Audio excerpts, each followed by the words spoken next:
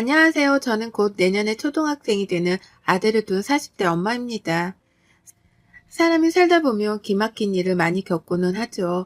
누군가 여러분께 상식적으로 도무지 이해할 수 없는 황당한 제안을 한다면 과연 이해해 주실 의향이 있으신가요? 여러분의 생각이 정말 궁금한데요. 제 사연 한번 말씀드려 보겠습니다. 저는 심리센터에서 근무를 하고 있는 상담실장이에요. 마음을 다쳐 아픈 분들을 위해 노력을 하고 있습니다. 제 남편을 바로 저희 병원에서 만났어요. 남편은 제가 생각한 것 이상으로 굉장히 아팠던 사람이었습니다. 울상이 되어 저희 병원에 찾아온 남편은 10년을 만났던 여자친구와 헤어지고 그 충격으로 일상생활이 불가하다는 이유로 심리 상담이 필요했었죠. 10년을 만났던 여자친구는 헤어짐을 구하는 동시에 다른 남자와 결혼을 해버렸거든요. 한마디로 양다리를 걸치고 있던 겁니다. 도저히 인정할 수 없었던 남편은 결혼식장에 찾아가 난동을 부리기도 했지만 경찰까지 오며 오히려 제정신이 아닌 사람으로 찍혔다고 해요. 병원에 찾아와서 제게 처음으로 한 말이 인상 깊었습니다. 저는 그 사람에게 피해를 준 게 없는데, 아니, 우리 내년에 결혼하자고 여자친구가 먼저 말을 했거든요. 그런데 갑자기 헤어지자고 하더니 어떻게 결혼할 수가 있죠? 전 믿을 수 없어요. 이건 뭔가 분명히 잘못된 것 같아요. 그쵸? 무슨 마음인지는 알겠지만 우선 진정하세요. 김석호님, 여자친구와 관계가 두터우셨나 봐요. 네, 저희는 10년을 만났고 내년에 결혼하자고 말했어요. 그런데 갑자기 하루아침에 헤어지자고 했다고요. 그 이별이 믿어지지 않아서 매일같이 매달렸는데 정확히 헤어지자고 말한 지 일주일 만에 딴 남자랑 결혼하더군요. 결혼식장에 찾아가니 정신이 이상한 미친 사람이라며 모르는 사람이라고 경찰 불러달라면서 막 소리치는데 정말 무섭더라고요. 사람이 어떻게 그럴 수 있죠? 마음이 많이 아프셨겠어요. 현재 김석호님의 마음 상태에 대해서 파악해 볼 수 있는 몇 가지 검사를 해보려고 해요. 네, 뭐든 좀 해주세요, 제발. 저도 제가 왜 이러는지 알고 싶으니까 제발 좀 해주세요. 남편의 우울증도 심각했고 분노 조절도 쉽지 않은 상황이었습니다. 그뿐 아니라 자괴감과 자존감까지 바닥을 찍고 있는 상황에 정말 본인의 자아를 놓은 상황이었죠. 본인이 살아야 할 이유를 모르겠다고 할 정도였으니 이건 분명 문제가 심각했습니다. 저는 이런 남편을 위해 최선을 다해 치료를 도왔고 1년을 넘도록 꾸준한 치료를 성실하게 임한 남편은 언제 그랬냐는 듯 좋아졌어요. 그 모습을 바라보는데 정말 다행이지 싶었습니다. 마음을 다친 환자분들이 회복하고 웃는 모습을 보여주시면 사실 그것만큼 행복한 게 없거든요. 뿌듯함은 물론이고 너무 행복했습니다. 남편은 환자분들 중 의지가 가장 강했고 너무 성실하게 임하셔서 제가 기억을 했었어요. 더 이상 병원에 오지 않으셔도 말이죠. 그렇게 1년이란 시간이 지나고 우연히 남편을 다시 만난 곳은 고깃집이었습니다. 각자 지인들과 술 한잔을 하는 자리에서 만났고 너무 반갑더라고요. 저 혹시 심리센터 실장님 아니세요? 김석호님 맞으시죠? 세상에 이게 얼마만이에요? 너무 반갑네요. 잘 지내셨어요? 맞죠? 실장님, 반가워요. 멀리서 보는데 계속 실장님 맞는 것 같아서 인사를 할까 말까 고민했네요. 저는 뭐 실장님 덕분에 원래 제 모습 되찾고 완전 잘 지냈어요. 늘 감사해요. 아유, 제가 뭘 했다고요. 석호님 의지가 해낸 거죠. 아니요, 정말 실장님 덕분이에요. 감사해요. 이렇게 만나게 된 남편과는 웃기게도 자연스럽게 2차를 가게 되었고 그동안 어떻게 지냈는지 요즘 힘든 건 없는지에 대해서 소통을 자연스럽게 했습니다. 한참 대화를 나누다 보니 이제는 저희 병원에 온 환자가 아니라 그냥 평범한 남성으로 보이더라고요. 제법 멘탈이 강해졌고 웃음이 많아진 그의 모습이 참 보기 좋았습니다. 그런 남편과 여러 차례 만난 끝에 진지하게 사귀게 되었어요. 환자와 이렇게 사적으로 만난 것도 처음이고 사귀게 된 건 아예 처음이라서 너무 신중했습니다.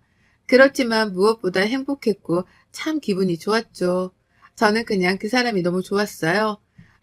저보다 2살이 많았는데 제가 참 의지를 많이 했죠. 딱 2년 만나고 저희는 결혼을 했어요.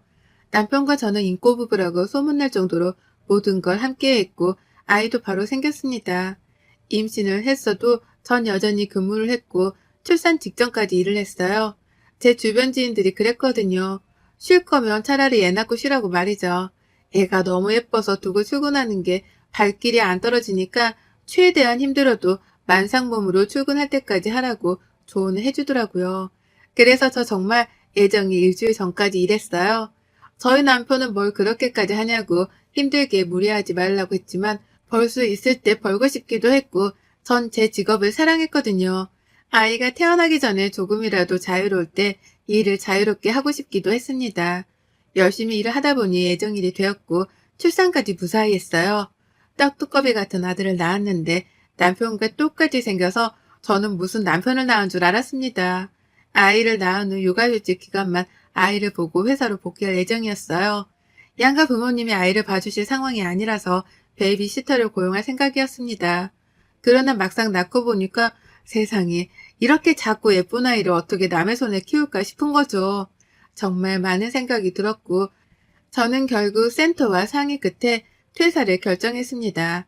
아무래도 아이가 어느 정도 클 때까지는 일을 못하겠더라고요. 제 선택에 가장 좋아해줬던 건 남편이었습니다. 요즘 사건 사고도 많은데 제가 아이를 보면 믿음이 간다며 다행이라고 하더라고요. 서로 같은 마음이었겠죠. 저희 아들은 등 센서가 민감하게 작동하는 아이라서 내려놓기만 하면 울었습니다. 하루 종일 안고서 어르고 달래는 게 결코 쉽지 않았고 너무 힘들었어요. 또 얼마나 보채는지 진이 다 빠졌죠. 그래도 다행인 건 남편은 퇴근과 동시에 남편이 집에 오면 아이를 봐줬어요. 제가 아들 보면서 살이 너무 빠져서 그 모습이 안쓰럽다며 최대한 함께 육아를 해줬습니다. 남편이 아이를 함께 봐주다 보니 아이도 아빠에 대한 거부감 없이 잘 따르는 편이었고 덕분에 저는 못 잔 잠을 푹 잘 수 있었어요. 내색하지 않아서 그렇지 남편도 정말 힘들었을 겁니다. 내내 일하고 와서 새벽까지 애 봐주고 겨우 잠드는 게 어디 쉬울까요? 그런 남편에게 고마워서 저녁은 꼭 거하게 차려놓는 편이었습니다. 아들을 정말 어르고 달래서 말이죠. 고기와 생선을 참 좋아하는 남편이라 꼭 그렇게 차려주곤 했어요. 저희가 이렇게 서로 잘하면서 살다 보니까 시모도 별다른 잔소리를 하지 않으셨고 참 예쁘게 잘들 산다고 칭찬을 해주셨습니다. 그게 너무 감사하기도 했어요. 시모 눈에도 제가 애 키우면서 자꾸 살 빠지는 게 보이니까 명절이나 시댁 행사가 있을 때 굳이 저를 부르지 않으셨고 최대한 시모 혼자 알아서 다 하시려고 하셨죠. 그 덕분에 저는 특별히 시집살이 같은 것도 없이 정말 편하게 지냈습니다. 오히려 시댁에 가면 더 편했어요. 애만 보면 밥 주고 치워주시니 얼마나 편합니까? 그래서 전 시댁 가는 걸 좋아했습니다. 남편과는 트러블도 없었고 그냥 저희는 너무 잘 지냈어요. 아이가 3살이 되었을 무렵 평온하던 저희 집에 큰 사건 하나가 터졌습니다. 아이를 재우고 옆에서 제가 깜빡 잠이 들었고 새벽에 깨서 안방으로 가려고 나섰어요. 그런데 안방에서 자고 있는 줄 알았던 남편은 방을 서성이며 누군가랑 전화를 했죠. 남편 목소리밖에 들리지 않았는데 전화 내용이 심상치 않았습니다. 소라, 정신 차려봐. 너 술을 대체 얼마나 마신 거야? 지금 시간이 몇 시인 줄 알아? 어디야? 집에 갈 수 있겠어? 혼자 있는 거야? 대체 그 자식이 너한테 뭘 어떻게 한 거야? 어? 민주는 어디 갔어? 왜 혼자 있는 건데? 너 정말 이럴 거야? 나 속상해 죽는 거 보고 싶어? 아, 너 어디야? 말해. 내가 지금 갈게. 알겠다고, 간다고, 지금. 윤솔, 너 정말 이제 와서 이러는 거 웃긴 거 네가 제일 잘 알지? 우선 갈 테니까 주소 보내. 누가 봐도 취한 여자랑 전화를 하는 듯 했고 새벽 3시에 그 여자를 만나러 가겠다는 남편의 모습은 너무 놀라웠습니다. 절대 그럴 사람이 아니거든요. 저는 꽤 당황스러웠지만 침착하게 남편의 뒤를 쫓아가기로 결심했습니다.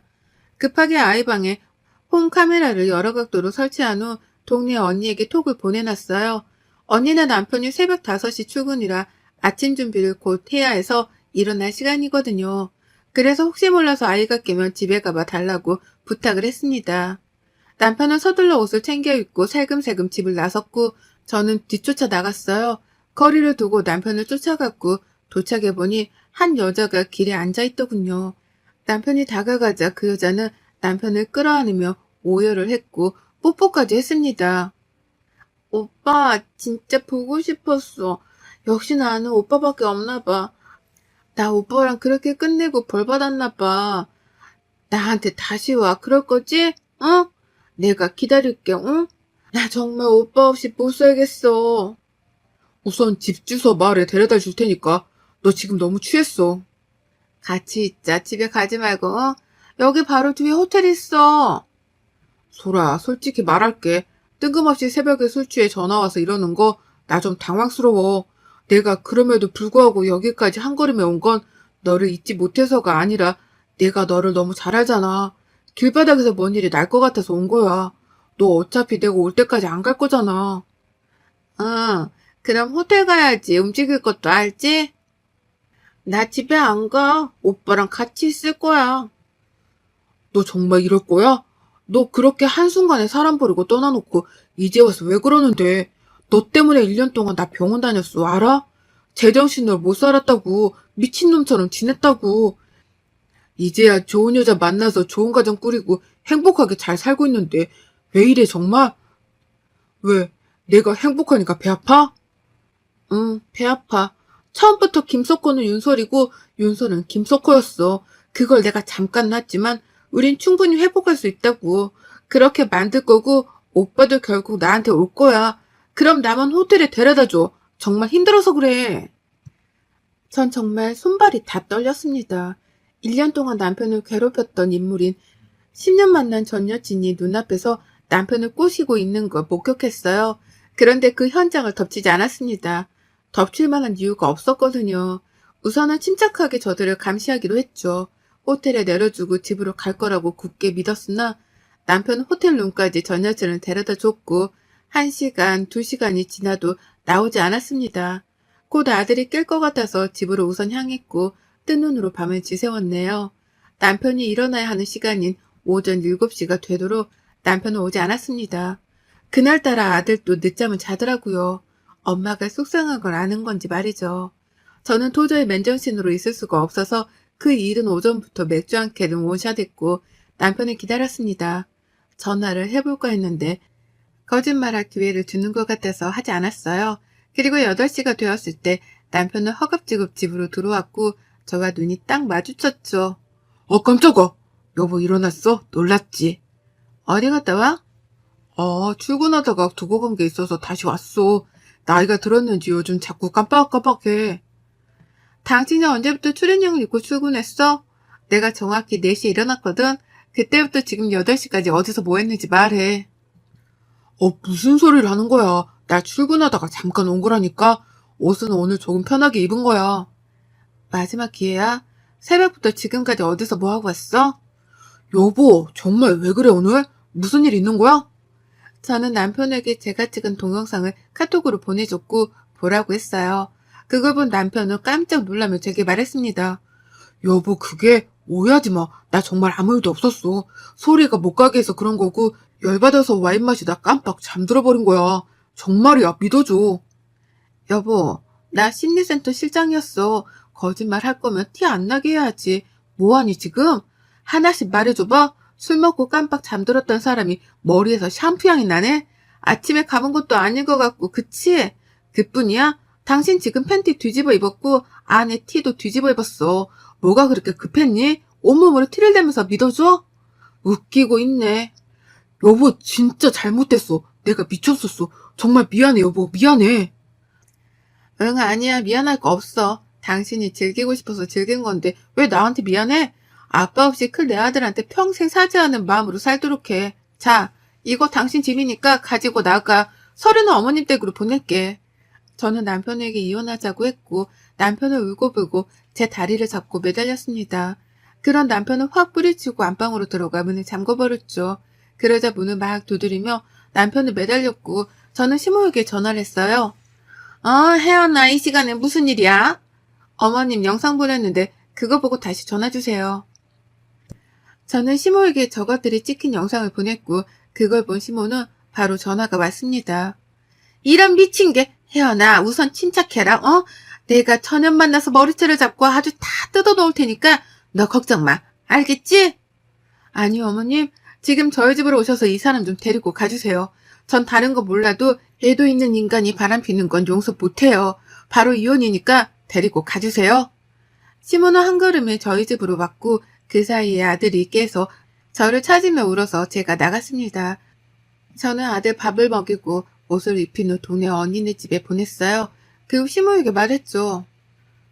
아직도 안 데려가셨어요? 이제 경찰 부릅니다, 정말.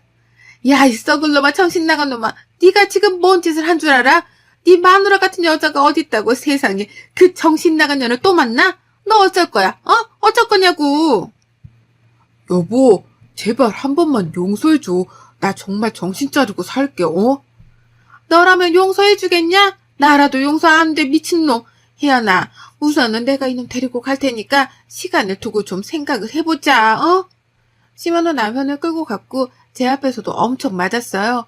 시간을 두고 생각을 해보자고 했으나 저는 이혼 서류를 시댁으로 보냈고 시모와 남편에게 미친 듯이 전화가 왔습니다. 당연히 무시했고 받지 않았어요. 그런데 너무 마음이 아픈 게 남편이 아들에게 너무 다정한 아빠여서 아이가 매일 아빠를 찾으며 울고 불고 난리를 치는 겁니다. 밥도 안 먹고 울고 또 울고 정말 미칠 것 같았어요. 우는 아이를 끌어안고 같이 울기도 하고 달래고 너무 힘들었습니다. 이러다 애 잡겠다 싶을 정도로 얘가 울 때 지쳐 숨이 넘어갈 정도였고 저는 남편에게 전화를 할 수밖에 없었어요. 집으로 와 지금 바로. 남편은 한 걸음에 집으로 왔고 아들은 남편을 보자마자 달려가 한참을 울더군요. 정말 많은 생각을 했습니다. 저한테는 쓰레기 같은 남편이지만 아이에게는 한없이 좋은 아빠인데 제가 생리발을 시켰구나 싶기도 하고 이별을 받아들이기에 아이가 아직 너무 어리구나 싶었죠. 결국 많은 대화와 고민 끝에 딱 한 번의 기회를 주기로 했습니다. 한밤의 해프닝으로 정리하기로 했죠. 말은 그렇게 했어도 당연히 사이가 예전 같진 않았고 분노로 속이 답답하긴 했어요. 남편은 제가 소가리를 하지 않도록 의심하며 괴로워하지 않도록 일부러 모든 걸 더 대놓고 오픈하며 믿음을 주려고 노력했습니다. 그냥 그렇게 살았어요. 대신 각방을 쓰긴 했습니다. 도저히 한 침대에서 잘 자신은 없었거든요. 그렇게 산 지 몇 년이 흐르고 저희 애가 6살이 되었을 때였습니다. 이제 애가 유치원을 다니고 어느 정도 커서 저도 일을 다녔어요. 다행인 건 이전에 다녔던 심리센터 실장 자리로 다시 들어갈 수 있게 되었습니다. 워낙 사람 좋은 병원이라 이직하는 사람이 별로 없어서 대부분 사람들이 다 그대로라 너무 반가웠죠. 사회생활을 다시 시작하면서 저는 이전보다 많이 밝아졌어요. 그런데 남편의 전 여친이 환자로 저를 찾아왔습니다. 안녕하세요, 윤솔님? 네, 안녕하세요. 왜요? 네? 아니, 저를 보고 당황하시는 것 같아서요. 저 아세요? 그럴 리가요. 어떻게 오셨어요? 제가 사랑하는 사람이 있거든요. 저희는 10년을 뜨겁게 사랑했지만 제 실수로 그 사람을 놓쳤었고 다시 잡으려고 몇 년 동안 노력을 했어요. 그래서 결국 지금 애가 둘인데 숨어서 지내는 신세라 그런지 뭔가 서럽기도 하고 힘들어요. 이럴 때는 어쩌면 좋을까요? 그건 여기서 해결하실 게 아니라 당사자들이랑 얘기를 해보셔야 할 것 같은데요. 그래서 당사자 찾아왔잖아요. 그쪽, 아니 이제 좀 놔두지 그래요? 우리 애가 둘이고 두 집 살림하는 걸 지켜보는 것도 힘들어 죽겠는데 그쪽만 쿨하게 놔주면 아무 문제 없을 것 같은데 남편은 마음이 떴는데 그쪽만 그렇게 잡고 있으면 너무 수치스럽지 않아요? 나라면 너무 싫을 듯. 얘가 둘이요? 내 남편 김석호랑 낳은 애가 둘이라는 거예요? 두 집 살림을 하고 있고 나더러 이혼해달라고 지금 직장까지 찾아와서 이러는 거예요? 직업이 상담실장이라 그런가? 뭘 그렇게 질문하는 거야? 짜증나게. 그래, 그쪽 남편 김석호랑 애 둘 낳고 키우고 있다고. 딸 하나 아들 하나 연년생으로. 그쪽만 이혼해주면 우리 행복하게 살 수 있는데 걸림돌처럼 왜 그러고 있냐고 물었잖아. 상담실은 혹시 모를 상황을 대비해서 사전에 고지 후 녹음을 합니다. 역시 사전에 고지가 되었는데 그걸 몰랐는지 술술 말하기에 저 내용은 모두 녹음이 되었고 전 저 여자를 쫓아낸 후 바로 뒤쫓아 집 주소를 알아냈고 쳐들어갔어요. 가서 사진과 영상을 다 찍었고 모든 증거를 확보한 후 대형 로펌에 가서 이혼소송을 맡겼습니다. 헤어질 때 헤어지더라도 제가 뜯어먹을 수 있는 게 있으면 다 뜯어먹어야 열이라도 덜 받죠. 사진 찍을 때 혹시 몰라 애들 칫솔도 다 들고 나와서 유전자 검사를 의뢰했는데 이게 무슨 일입니까? 둘 다 남편 친자가 아니더라고요. 아마 남편은 모르겠죠. 호구가 또 호구짓 한 거지 뭐. 저는 우선 이 일을 비밀로 해두고 이혼 소송을 진행하는 동시에 상간녀 소송도 진행했고 위자료를 왕창 뜯었고 상간녀 위자료도 굉장하게 받았습니다. 그리고 친자가 아님을 말해주면서 저것들은 풍비박산이 났고 남편은 시댁에서도 버림을 받았어요. 남편은 전 여친에게 어떻게 그럴 수 있냐며 난리를 치는데 그 꼴이 아주 웃기더라고요. 지들끼리 싸우는데 어찌나 웃기던지요. 시끄러운 모든 일은 다 끝났고 저희 애는 더 이상 아빠를 찾지 않습니다. 머리가 커서 눈치가 생긴 건지 저와 단둘이 살지만 저희 두 식구 참 행복하게 잘 살고 있어요. 가끔 시모가 반찬도 보내주시고 애 선물도 주시는데 이건 받고 있습니다. 본인 자식인 남편과 연을 끊었는데 손자라도 챙길 수 있게 해주자 싶어서 별말 하지 않고 있어요. 지금처럼 잘 살아서 우리 아들 잘 키워낼 겁니다. 꼭. 여러분의 생각은 댓글로 남겨주세요. 오늘도 시청해주셔서 정말 감사합니다.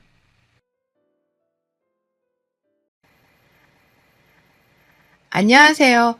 여러분은 일부 다처제에 대해서 어떻게 생각을 하시나요? 실제로 일부 다처제가 가능한 나라도 있기도 하죠. 그게 근데 저희 나라에서는 불가하잖아요.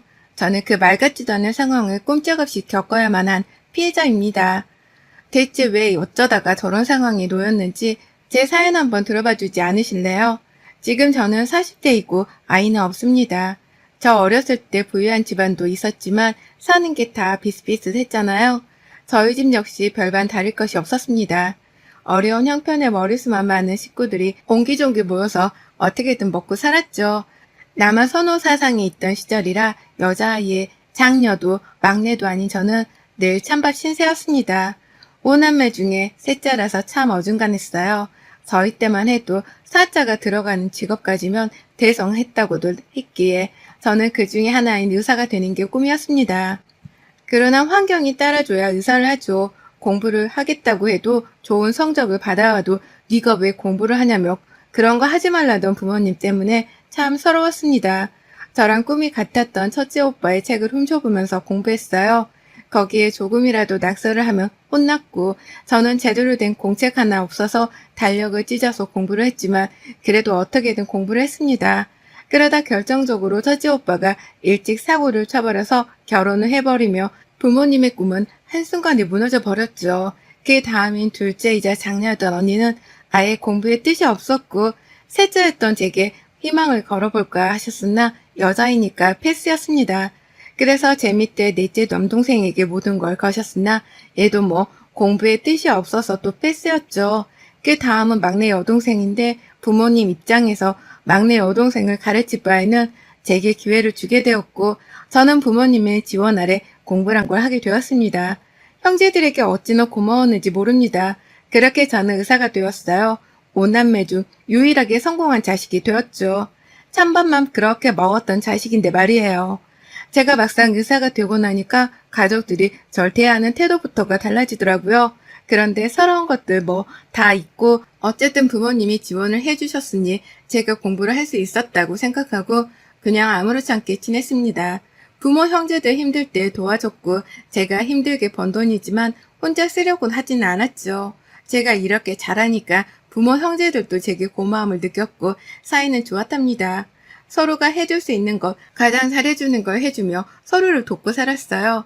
4남매 모두 결혼했는데 유일하게 저만 미혼인 상태라서 최대의 관심사가 늘 제 혼인이었습니다. 저는 제 개인 병원을 개원하고 싶어서 앞만 보며 참 열심히 살았거든요. 그러니 뭐 연애할 시간이 있긴 하겠어요. 거기다 돈 좀 모일만 하면 죽는 소리 하는 부모 형제들 덕분에 돈이 줄줄 새어나갔죠. 그러다 30대 중반에 소개로 지금의 남편을 만났고 느낌이 확 와서 연애 1년 하고 바로 결혼했습니다. 노처녀로 살 줄 알았는데 이게 또 어떻게 짝이 있더라고요. 나이가 꽤 있는 상태로 결혼을 하다 보니까 아무래도 이세 얘기가 끝없이 나왔습니다. 저도 잘 알고 있는데 꼭 집어서 자꾸만 말을 해주시니 몸둘 바를 모르겠더군요. 시모가 성격이 보통이 아니었는데 제가 의사가 아니었다면 아마 시집살이가 보통이 아니었을 듯해요. 저를 대할 때 한 3박자 정도 참고 쉬면서 말하는 게 보였거든요. 왔니? 그래, 일하느라 참 고생이 많다. 내가 너 며느리로 오고 나서 병원 갈 때마다 너 생각이 나서는 의사들한테 얼마나 친절하게 해주는지 몰라. 우리 며느리도 이렇게 고생하겠다 싶어가지고. 네, 잘해주세요. 의사들 겉만 번지를 하지 밥 먹을 시간도 없이 고생하는 사람들 참 많아요. 그러니까 너도 가만 보면 몸매 관리하는 줄 알았는데 못 먹어서 그렇게 살이 없는 것 같아. 가만히 있어봐. 이럴 게 아니라 이참에 내가 보약 지어줄 테니까 그것 좀 먹을래? 그래야 아이도 빨리 들어서고 뭐 그렇지. 아니에요, 어머니. 저 체질상 보약 안 맞아요. 제가 해드릴 테니까 드세요. 어머머, 의사 며느리라 그런가? 아주 클래스가 달라요. 우리 며느리가 최고지. 세상에, 이러다가는 집도 사주겠어, 아주. 엄마 너무 가셨어. 그만해.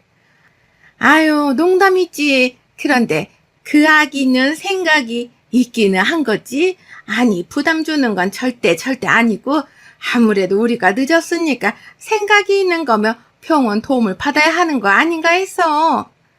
맞는 말씀이신데 저 개원할 거라서 그거 준비하고 그러면 정신이 없을 것 같아요. 그것만 해결하고 준비할게요. 그래. 의사인데 자기 병원에서 일을 해야지. 아주 좋은 생각이야. 그래, 뭐 당장 일을 나와서 뭐 할 거야. 그치, 그래. 항상 이런 느낌으로 대화를 주고받았습니다. 그런데 표정이 가관이었죠. 억지 웃음과 눈과 입이 아주 파르르 떨리는데 뭘 저렇게까지 연기를 하나 싶었어요. 오히려 그 표정을 보고 있으면 제가 더 불안하더라고요. 저는 성형외과 의사라서 야간 진료도 많았고 체력적으로 많이 피곤하고 지치는 시간들이 많았습니다. 특히 개원 준비를 앞두고서는 정말 매일이 너무 바빠서 남편과 한 집에 살면서도 서로 제대로 보지도 못했죠. 나름 신혼인데 얼굴도 못 보는 게 너무 속상해서 가끔 여유가 있는 점심에 제가 서프라이즈로 남편 회사에 찾아가곤 했습니다. 여보, 지하 주차장으로 내려와. 나왔어. 점심 같이 하자. 아니 왜 연락도 없이 왔어? 응? 뭐야, 왜 화를 버럭 내고 그래? 원래 연락도 없이 서프라이즈 하면 좋아했잖아. 그게 아니라 왜 갑자기 그렇게 왔냐고. 우리 나름 신혼인데 하도 얼굴을 못 봐서 속상해서 왔다. 왜 문제 있어? 빨리 내려오기나 해. 못 내려가. 바빠서. 무슨 소리야. 점심시간에 일도 안 하는 회사가. 왜 이래 진짜? 근데 당신 차가 왜 없냐? 나 밖이야. 밖이라니? 왜 밖이야, 사무직이? 뭐 볼일 있어서 잠깐. 근데 왜 못 내려간다고 거짓말을 해? 나 이런 거 진짜 싫어하는 거 알지? 열받게 하지 말고 딱 말해. 장난치는 거 아니고. 뭐 하는 거야? 지금 똑바로 말해. 말장난 치지 말고. 아니 너무 놀래서 그런 거고 볼일 있어서 나온 거 맞아. 그래? 그럼 내가 올라가서 오늘 출근했는지 물어봐도 괜찮지? 끊어. 제가 늘 지인들이 돗자리표라고 할 만큼 촉이 아주 좋은 편이에요. 남편은 횡설수설하는 저 대화에서 저는 촉이 왔습니다. 이 인간이 아무래도 회사에 출근 자체를 안 한 것 같다는 느낌과 제게 뭔가를 숨기고 있다는 느낌이 말이죠. 저는 아주 자연스럽게 남편 회사로 올라갔어요. 이전에는 자주 얼굴들을 봐서 나름 친한 사이들이었죠. 안녕하세요. 커피 배달했습니다. 다들 식사하셨어요? 그이는 어딨나요? 아이고 여기까지 어떻게 오셨어요? 귀한 커피 잘 마시겠습니다. 근데 오늘 이 팀장 휴무인데 모르셨어요? 어머, 오늘 날짜가 가만히 있어봐. 오늘 수요일이요. 말했을 텐데. 맞네요. 수요일. 제가 요즘 정신이 하나도 없어서 요즘 너무 바쁘거든요. 그래서 그의 얼굴도 제대로 못 봐서 미안해가지고 나름 이벤트 한다고 왔는데 휴무도 까먹었네요. 저희가 대신 꼭 전해드릴게요. 아니에요. 창피하니까 말하지 말아주세요. 다음에 다시 찾아올게요. 저 이렇게 정신없는 거 하면 속상해할 거예요. 맛있게 드시고 오후도 힘내세요. 역시 제 촉은 맞았습니다. 한동안 제가 바쁜 틈을 남편이 뭔가를 하고 있는 게 분명했죠. 그 뭔가가 여자라면 남편은 정말 쓰레기인 게 결혼한 지 반년도 안 된 따끈한 신혼인데 다른 여자를 만난다? 이건 뭐 거의 회복 불가한 쓰레기잖아요. 저는 천천히 접근하기로 했습니다. 원래 이런 일은 이상적으로 접근을 해야지 안 그러면 판이 뒤집히거든요. 우선 저 인간은 저 인간이고 제 인생이 더 우선이니 개원 준비에 더 집중을 했습니다. 여전히 바빴고 개원 준비를 하던 중 기존에 다니던 병원을 그만두면서 제게 한 달이라는 여유 시간이 생겼죠. 이 한 달이라는 시간은 남편놈에게 아주 곤욕이었을 겁니다. 제가 한 달 동안 아주 가정적인 주부로 살았거든요. 남편이 일할 시간이 오전 일찍 오픈한 병원 인테리어나 체크할 부분들을 체크한 후 집에 들어와서 청소하고 오매불망 남편만 기다렸습니다. 여보, 언제 와? 칼퇴야? 야근이야? 어쩌지? 야근할 것 같은데? 아, 그래? 어쩔 수 없지. 고생이네. 아니야, 당신이 늘 고생이지. 개원하면 더 바쁘고 힘들 테니까 지금이라도 푹 쉬어. 자꾸 나한테 밥이랑 막 해주려고 하지 말고. 나 현모양처야. 이거 왜 이래? 의사하지 말고 주부할까봐. 아니야, 당신은 앞치마보다 가운이 어울려. 알겠어. 돈 많이 벌게. 나도. 남편은 원래 칼퇴만 하던 인간인데 제가 집에 있기 시작하니 갑자기 야근만 하더라고요. 아니, 이렇게 티를 내는데 모른 척 할 수가 있나요? 저는 배달로 대충 도시락 반찬들을 시켰어요. 제가 또 만들기는 열받고 귀찮았습니다. 시켜서 도시락통에 옮겨서 담고 남편놈 회사로 갔어요. 당연히 없죠, 당연히. 도시락통을 아련하게 들고 불 꺼진 사무실을 배경으로 사진 한 컷 찍은 후 남편에게 톡으로 보냈습니다. 그리고 보지 못하게 바로 전화를 걸었고 발연결을 했어요. 여보, 안 피곤해? 아우, 피곤하긴 하다. 그래서 그런가? 입맛도 없어서 밥도 못 먹었어. 당신은 밥 좀 먹었어? 얼른 집에 가고 싶다.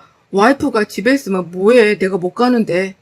그래서 내가 준비해봤지. 어? 뭐야? 왜 불이 다 꺼져 있어? 당신 어딘데, 여보? 여보, 왜 거짓말했어? 여보, 아니야. 그게 아니라. 카톡 사진 봐봐. 나 도시락 이렇게 싸들고 왔는데 사무실 불은 꺼져 있고 당신은 일하는 척하고 나한테 왜 거짓말해? 자꾸? 아, 무슨 소리야. 잠깐 화장실에 온 거야. 왜 그래, 여보? 나갈게. 기다려. 거짓말을 할 거면 그럴듯하게 해. 너무 티나잖아. 장난치니 지금? 집으로 당장 와. 저렇게 발연기를 해주고 집으로 갔습니다. 아무래도 남편놈이 바람을 피우는 게 확실하다고 생각했고 증거 잡아야죠. 다른 건 몰라도 제가 억울한 건 절대 못 견디거든요.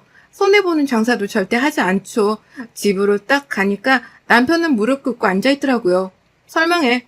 미안해, 여보. 사실 내가 요즘 회사에서 많이 힘들어. 그래서 기분도 안 좋고 자꾸 작아지는 기분이 들어서 혼술 좀 했어. 당신은 잘 나가는데 나는 자꾸 작아지는 기분이 들어서. 그럼 술을 마실 게 아니라 성장할 생각을 해. 자기 개발을 하라고. 술을 마시면 뭐가 달라지니? 매일 그렇게 술을 퍼마시니까 발전이 없지. 그게 그렇게 고민이고 힘들어 죽겠으면 내가 도와줄게. 당신 회사에 도움되는 자격증 올해 안으로 2개 따자. 알겠지? 아니야. 그렇게까지는 안 해도 괜찮아. 죽을 것처럼 힘들어서 혼술까지 매일 하면서 뭘 괜찮아. 나야말로 괜찮으니까 도와줄 때 해. 내일부터 바로 시작해. 내가 강의 링크랑 다 알아봐서 보낼게. 특별히 결제도 해준다, 내가. 알겠지? 아, 그래? 고마워. 역시 와이프 뿐이네. 뭘, 집 서재에서 공부해. 알겠지? 남편이 저를 손바닥 위에 올려두려 하기에 제가 남편 머리 꼭대기로 올라갔습니다. 저희 집 서재, 제 컴퓨터에는 병원 관련 정보들이 있어서 혹시 몰라 홈 카메라가 곳곳에 있어요. 모든 각도에 말이죠. 애초에 남편은 제 컴퓨터 비밀번호를 몰라서 사용도 못하지만 거기에 남편이 들어오면 확인이 가능하니 머리를 나름 굴려봤습니다. 그렇게 꼼짝없이 퇴근 후 공부를 하게 된 남편은 너무 힘겨워했고 저는 중간에 간식을 주며 화이팅을 외쳐줬죠. 그 사이에 남편 차에 블랙박스와 내비게이션을 털었습니다. 이 사람 참 멍청한 건지 순진한 건지 모든 흔적을 남겨놨더라고요. 덕분에 증거는 쉽게 하나 발견했죠. 그렇게 남편은 모르는 저만의 싸움을 하며 한 달이라는 시간은 너무 빨리 지났고 저는 개원을 했습니다. 개원 후 고객들이 와야 하니 한참 예민한 시기였어요. 또 소문에도 민감했고 모든 신경이 날카로웠죠. 제 모든 신경은 병원에만 있었고 솔직한 심정으로는 남편이 바람을 피든가 말든가 내 병원부터 성공시키자는 마인드였습니다. 그렇게 3개월쯤이 흘러서 자리를 어느 정도 잡았고 이제야 숨통이 트이기 시작했죠. 그래도 성형외과인 만큼 소문에 아주 민감하기에 신경이 많이 쓰였어요. 한참 바빠 죽겠는데 하루는 시모가 퇴근하고 무조건 시댁으로 오라는 겁니다. 하필 야간 진료에 수술도 많아서 피곤해 죽겠는데 말이죠. 무조건 오라는 말에 어쩔 수 없이 갔는데 거기에는 남편과 시모 그리고 배부른 산모 하나가 있더라고요.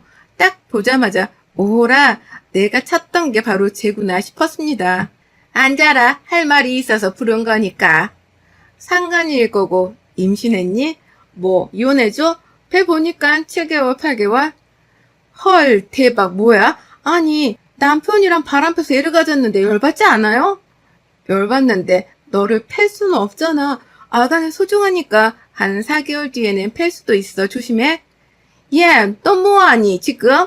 거두절미하고 말 한마. 너는 내가 봤을 때 애를 낳을 생각도 없고 노산이라 못 낳을 것 같은데 마침 둘째가 아들을 임신했어. 외국은 일부 다처제도 있고 하니까 그냥 너가 형님하고 얘가 동생 하면서 그렇게 지내자. 둘째? 누가 보면 자매인 줄 알겠네. 어머님, 겨우 이딴 얘기하려고 저를 부르신 거예요? 지금? 아씨, 피곤해 죽겠는데 진짜로 그냥 전화로 하시지 그러셨어요? 아니, 당신 왜 안 놀라? 그러게 말이다. 너는 왜 놀라지도 않니? 아이고, 깜짝아. 내 남편이 바람을 폈잖아? 거기다 상간녀는 임신을 했잖아. 뭐 이런 반응을 원하세요? 아이고, 쌍으로 지랄을 하소서. 일부 다처제고 나발이고 피곤해 죽겠으니까 나 건들지 마. 아무도 경고했다. 저는 그렇게 말하고 그냥 나왔습니다. 화도 안 나고 진짜 웃겼어요. 저는 형님이고 상간녀는 둘째라는 시모의 말은 머리털 나고 들은 말 중 베스트였죠. 건들지 말라고 경고를 했는데 시모는 바로 다음날 병원까지 찾아와서 말했습니다. 너 네가 의사면 다냐? 이쁘다 이쁘다 해주니까 시애미가 만만해? 네, 만만하긴 해요. 이쁘다 이쁘다 해주셔서 만만한 건 아니고 뭐랄까 무식한 게 보여서 만만하다고 해야 할까? 뭐 그런 느낌? 야, 너 뭐라고 했어? 말 다 했어? 이봐. 원래 무식한 사람들 특징이 목소리 크면 이기는 줄 알잖아요. 딱 어머님, 그쵸? 제가 어제 분명 건들지 말라고 경고했는데 무시했네요. 원래 제 경고 무시하면 큰 코 다치는데 이를 어쩐담? 다치시겠네요? 시끄럽고 너희 집 작은 방에 둘째 들어가서 살기로 했으니까 그렇게 알아라. 걔 저희 집에 들어오는 순간 저한테 죽어요, 어머님. 그 4개월 뒤에 팰 수도 있다고 한 말 있죠? 그거 앞당겨서 집에 들어오는 순간 팰 거예요, 진짜로. 야, 그럼 애기 아빠랑 따로 사냐? 그건 너무하지. 아기한테 아니나. 웃긴 게 보통 이러면 본처의 나를 내치지 않나? 근데 왜 이혼은 얘기도 안 꺼내지? 이혼은 우리 집안에 절대 안 돼. 솔직해져봐요. 내가 의사니까 아니고, 어휴, 저 시커먼 속에 아주 그냥 다 보이네, 다 보여. 너 둘째 안 받아주면 병원 게시판이고 뭐고 인터넷이고 뭐고 알바 써서 댓글 도배할 거야. 요즘은 그렇게 해서 망하는 병원 많다며. 너희 병원 악플부터 사생활 논란까지 다 퍼뜨릴 거야. 오, 이제야 좀 상대할 맛이 나네요. 오케이. 가세요. 우선 진료해야 하니까. 시모는 개원한 제 병원에 걸고 협박했어요. 실제로 그 타격이 어마무시한 걸 알기에 저는 우선 수긍할 수밖에 없었죠. 대신 한 집에 사는 건 절대 싫다고 말했으나 계속 협박을 하며 들이밀고 집에 쳐들어왔습니다. 정말로 한 집에 남편 하나에 부인 둘이 사는 꼴이 되었고 저는 더 미룰 수가 없어서 진료 스케줄을 조금 빼고 대형 로펌에 일을 맡겼어요. 당장 저것들을 얼른 처리해야겠더라고요. 그간 녹취해두고 촬영해둔 것들을 넘겨줬고 한 집에 사니까 매일같이 또 증거들이 생겨서 좋긴 했습니다. 이런 말 같지도 않은 상황을 실시간으로 로펌에 넘겨줬어요. 그 과정에서 애는 태어났고 드디어 싸울 준비를 다 마친 후 딱 하나가 남았죠. 아이 유전자 검사지였습니다. 저 아이가 남편 아이라는 증거 말이죠. 한 집에 사니까 뭐 검사에 필요한 걸 채취하는 건 식은 죽 먹기였습니다. 그렇게 검사를 의뢰했는데 세상에 무슨 일이죠? 친자 관계가 불일치인 겁니다. 이게 믿기지가 않아서 다시 재금 요청을 했고 또 불일치였죠. 세상에나 풍비박산 날 일이 생겼다는 거에 저는 너무 흥미로웠습니다. 저는 주말에 모두 모여있는 거실에 나가서 유전자 검사지를 던져줬어요. 그리고 상간녀에게 아이를 방 안에 두고 올 것을 요구했죠. 분위기가 좋지 않음을 짐작한 상간녀는 아이를 재우고 나왔고 나온 상간녀 뺨을 한 10대 정도 때린 것 같습니다. 너 아주 더러운 년이더라. 저 애는 누구애니? 세상에 다른 남자애를 품고 이 덜 떨어진 놈 애인 척 한 가정을 박살내고 들어와 산다? 너 대단하다? 여보, 어머니, 아니에요. 이 여자 조작한 거예요. 그니까 나도 진짜 있잖아. 안 믿겨서 2번 했다니까. 저는 볼을 딱 붙여주고 뒤로 빠졌어요. 시모가 그 여자를 반죽이더라고요. 머리는 거의 다 뜯기고 그냥 아유 레슬링 하는 줄 알았습니다. 한쪽에서 보고 있다가 문득 저것들을 약 올려주고 싶더라고요. 언젠가 한가로운 날에 영화 보며 먹으려고 사돈 아껴둔 팝콘을 쩝쩝 크게 소리내며 먹었습니다. 그러자 저것들이 어리둥절하며 저를 쳐다봤죠. 얘, 너 뭐하니 진짜 지금? 왜요? 아니 원래 세상에서 제일 재밌는 게 싸움 구경이잖아요. 그리고 이런 거 팝콘 각이라고 하거든요. 야, 덜 떨어진 놈, 콜라 없냐? 저는 딱 그렇게 한 후 일어서서 팝콘을 남편과 시모에게 부어버리고 남편놈 정강이를 발로 때려서 무릎 꿇게 했습니다. 이와 상간녀도 똑같이 해줬죠. 그러자 시모는 눈치를 보며 알아서 꿇더군요. 미친 것들, 남의 집에서 아주 난리를 치고 있네. 이제부터는 내 순서야, 이것들아. 그렇게 추잡하게 싸울 게 아니라고. 아유, 수준 떨어져. 저는 태형 로펌을 끼고 싸웠기에 일사천리로 척척 진행했고 저것들에게 위자료를 많이 뜯었어요. 중간에 알게 된 아주 궁금했던 사실. 상간녀 아기의 비밀은 아기 아빠와 제 남편과 양다리였고 헤어지고 나서 임신 사실을 알았다고 합니다. 그래서 관계를 하지 않았던 상태였는데 급하게 남편과 관계를 했다고 해요. 그렇게 해도 날짜가 맞지 않는데 멍청한 남편은 당연히 지혜라고 생각을 한 거죠. 결국 둘은 헤어졌고 남편 회사에 살짝 소문을 내줘서 그 나이에 잘렸더라고요. 오갈 곳이 없는지 고깃집에서 서빙을 하던데 영원히 그렇게 살기를 바랍니다. 물론 저는 잘 살고 있어요. 바빠서 밥을 못 먹을 때도 많지만 액체로 어떻게든 영양 섭취는 하고 있답니다. 여러분의 생각은 댓글로 남겨주세요. 오늘도 시청해주셔서 정말 감사합니다.